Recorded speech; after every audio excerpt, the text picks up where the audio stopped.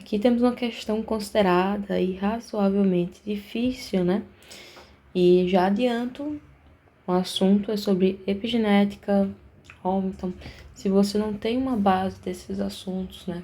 RNA ribossômico, como que forma a estrutura e tudo mais do DNA, e principalmente a respeito de epigenética, eu peço que, por favor, você se aprofunde, após, né, posteriormente a resolução, tenha um senso crítico de aprofundamento no conteúdo para revisar se você não entendeu alguma parte, ou então até mesmo antecipadamente, antes de assistir a resolução, assistir uma aula a respeito sobre esse assunto, tudo bem?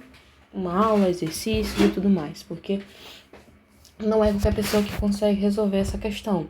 Tem conceitos muito específicos, né? Então, todas as outras questões que resolvemos até agora eram questões razoavelmente mais fáceis, médias e com alguma interpretação que não necessariamente derive aí de tantas nomenclaturas da genética, a gente conseguiria responder numa boa. Essa aqui já é um pouquinho mais difícil. Então, vamos lá. Pausa o vídeo, tenta resolver, né? Aqui tá a questão inteira. Eu vou começar a resolução agora, em 3, 2, 1. Essa questão, ele dá um ideograma, né? No qual a gente tem, então, aqui 5 cromossomos, que são distintos, diferentes entre si, obviamente. Ele, além disso, dá um trechinho, né? A respeito de uma planta. Ele diz o seguinte, que essa planta aí foi a primeira planta a ter seu genoma sequenciado. Os avanços tecnológicos fecharam as lacunas, restando apenas 2 regiões indefinidas nos cromossomos 2 e 4. Então, ele diz que aqui nos cromossomos 2 e 4, que codificam o RNA ribossomal.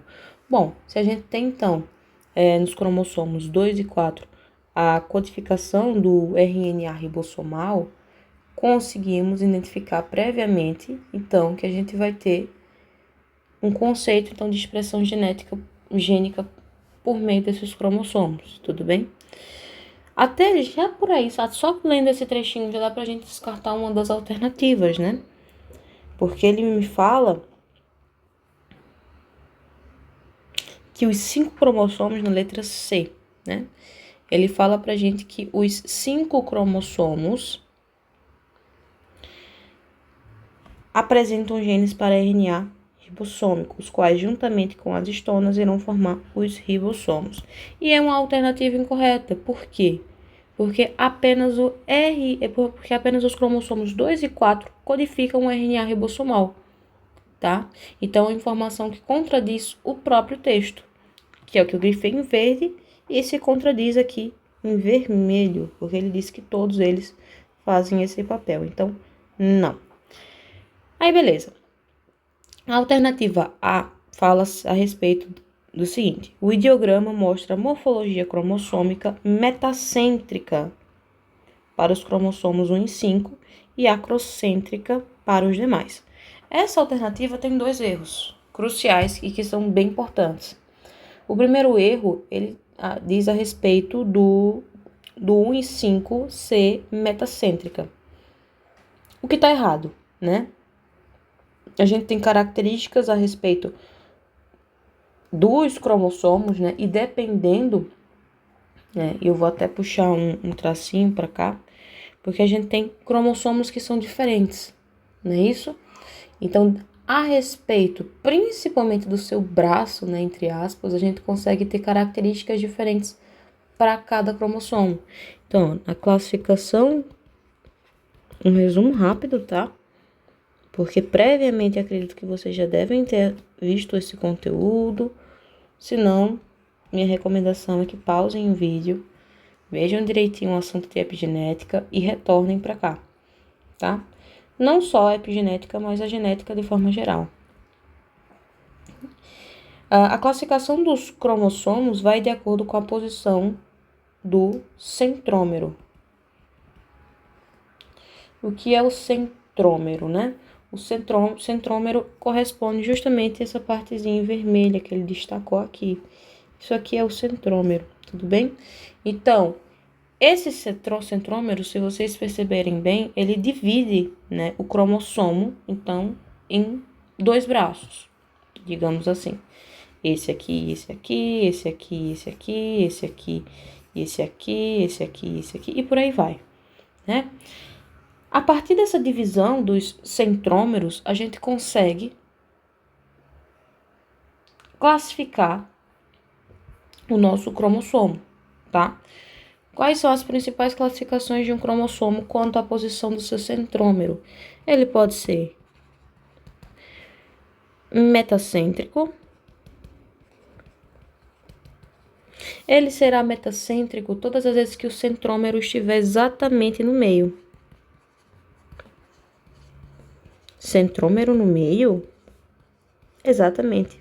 Se ele tiver no meio, o que significa isso? Que se o centrômero tiver um pouquinho mais deslocado para cima, ou seja, se esse braço aqui for menor do que esse aqui, como é o caso, a gente não tem um cromossomo simétrico em relação ao seu centrômero. Então, perceba que ele está muito mais deslocado para cima do que realmente no meio. Se você bater o olho, pode se confundir e achar que é um metacêntrico, mas não é um cromossomo metacêntrico, tá? Porque o cromossomo com o centrômero no meio, que é chamado de metacêntrico, esse centrômero que eu disse precisa estar no meio. Ou seja, precisa ter uma divisão simétrica, ou seja, a mesma altura que eu tiver aqui, eu vou ter que ter aqui. E perceba que aqui é muito maior do que esse lado aqui. Então, a gente já tem aí algo que não corresponde à nossa alternativa. Nem a número 1, porque ele diz que os cromossomos 1 e o cromossomo 5. Então, perceba que o 5 a gente também tem algo semelhante acontecendo aqui. Então, ele não pode ser considerado como metacêntrico, porque não faz uma simetria. Ele pode ser também, né, submetacêntrico. E ele vai ser submetacêntrico todas as vezes que o centrômero for um pouco deslocado, tá? Que é o caso dali, tá? Submetacêntrico é quando um centrômero é um pouco deslocado. Então, aqui o centrômero um pouco deslocado. Percebe que ele não está muito deslocado. Ele está só um pouquinho deslocado. Então, ele vai ser submetacêntrico, tá? A gente vai ter, então, uma assimetria moderada. Vou colocar aqui também, ó, uma assimetria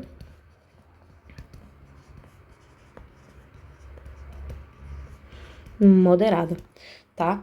E outra, uma característica muito importante do submetacêntrico é que é muito comum encontrar em plantas essa configuração de cromossomos e humanos. Perdão aí a falhazinha que dá. O tiro zoom acaba mudando um pouquinho as configurações. E pode ser, a gente também tem a outra classificação para os cromossomos, é quando ele pode ser acrocêntrico. Eu vou destacar essas 3 principais, mas tem outros, tá? Tem, por exemplo, o telocêntrico. Só tem esse e o telocêntrico. Como o telocêntrico não é tão comum, e o foco da aula é resolver essa questão, entender por que essa alternativa está errada, que é a alternativa A, eu não vou me aprofundar tanto assim. Porque, de novo, acredito que você já tem uma base, um conteúdo prévio para entender um pouquinho esses conceitos. Se vocês viram, mastigaram bem genética, tá? Acrocêntrico, tá? É quando o centrômero fica bem próximo de uma extremidade.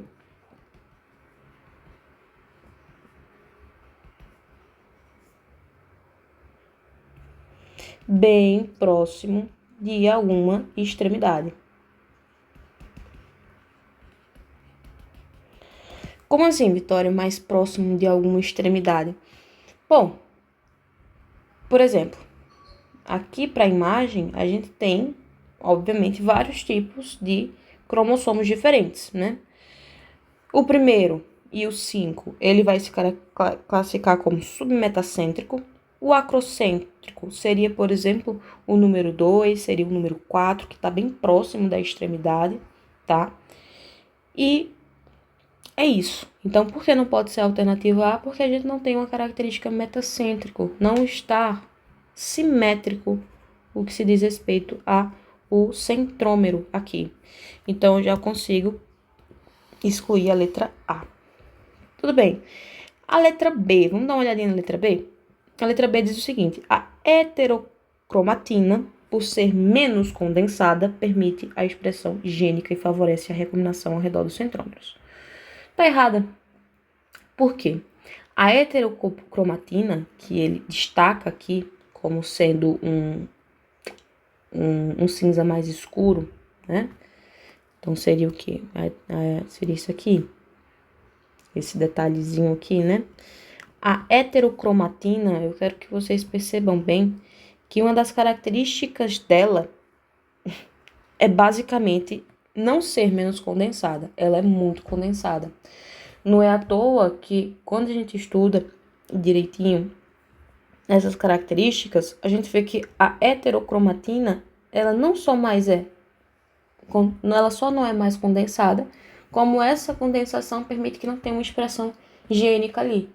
Então, a expressão gênica não é favorecida na heterocromatina, tá? Então, o erro tá aqui. Ele afirma que ela é menos condensada, mas ela é mais condensada. E se ela é mais condensada, ela não vai permitir a expressão gênica. Então, temos mais um erro aqui. Tudo bem? E, de novo, se você não está entendendo o que eu tô falando de heterocromatina, eurocromatina, por exemplo, eu recomendo que vocês aí se aprofundem nesses conceitos para poder fazer a resolução dessa questão, tá? Porque tudo isso se refere à parte do DNA, né?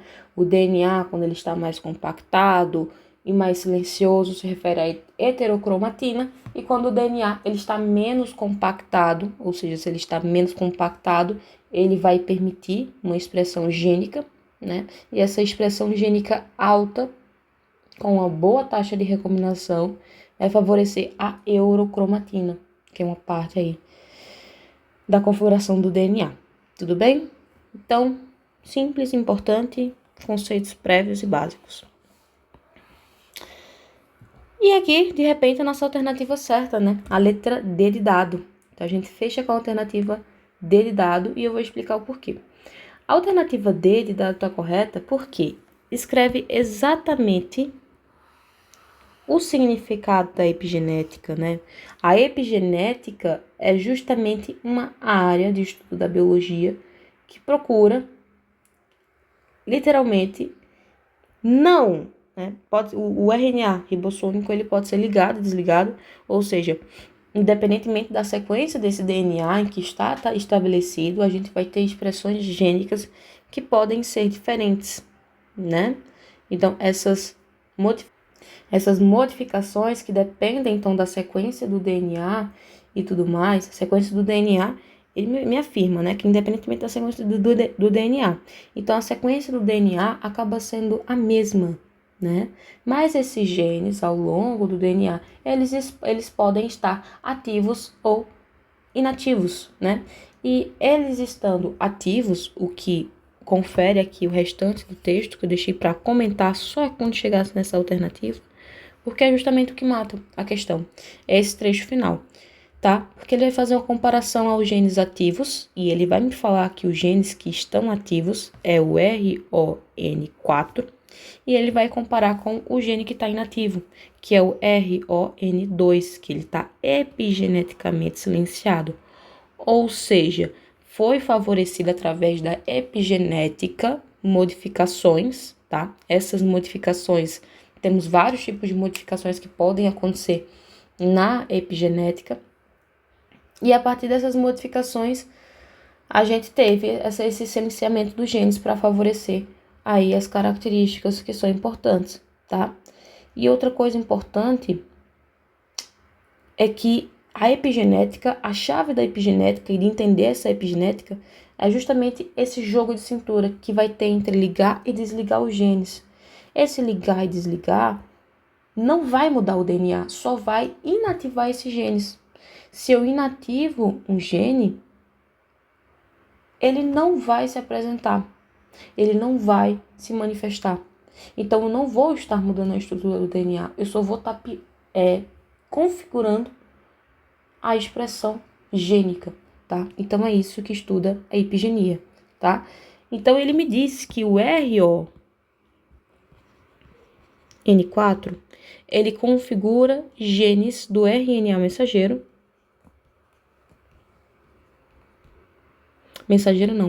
Ribossômico ativos.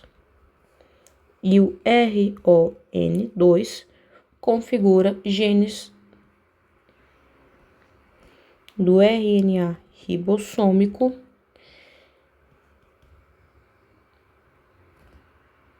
epigeneticamente silenciados. Então, eles foram silenciados, tá?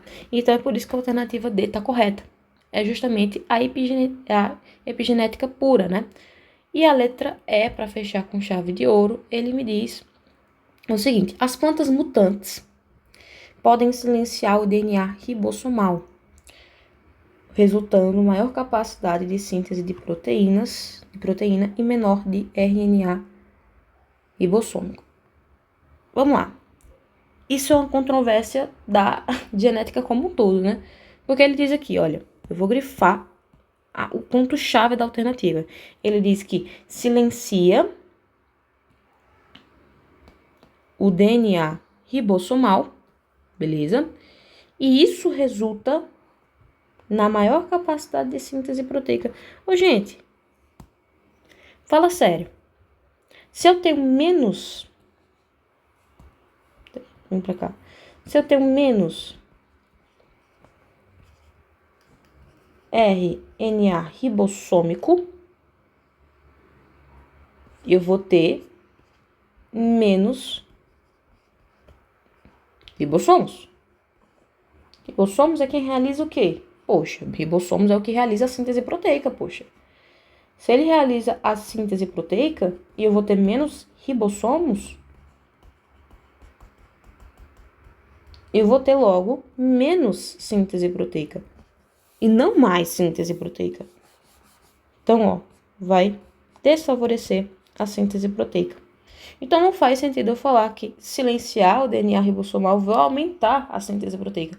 Não, se eu silencio o DNA ribossomal, eu vou diminuir a capacidade de síntese proteica, tá?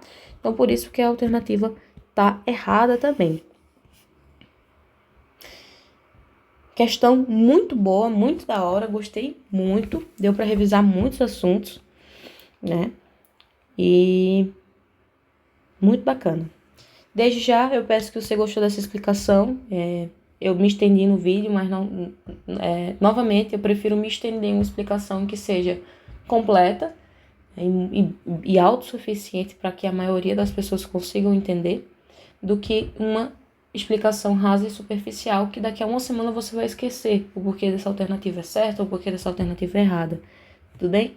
Desde já eu agradeço. Se você acompanhou o vídeo até aqui, deixe um comentário falando algo, né? Se você gostou da explicação, dicas para melhorar as explicações. Se foi bacana para você, se te ajudou, eu peço também para que deixe aí o like se acabou contribuindo de alguma forma para o seu aprendizado. E compartilhando esse vídeo com amigos, né? E outras pessoas do seu círculo social que também tenham essa afinidade, né?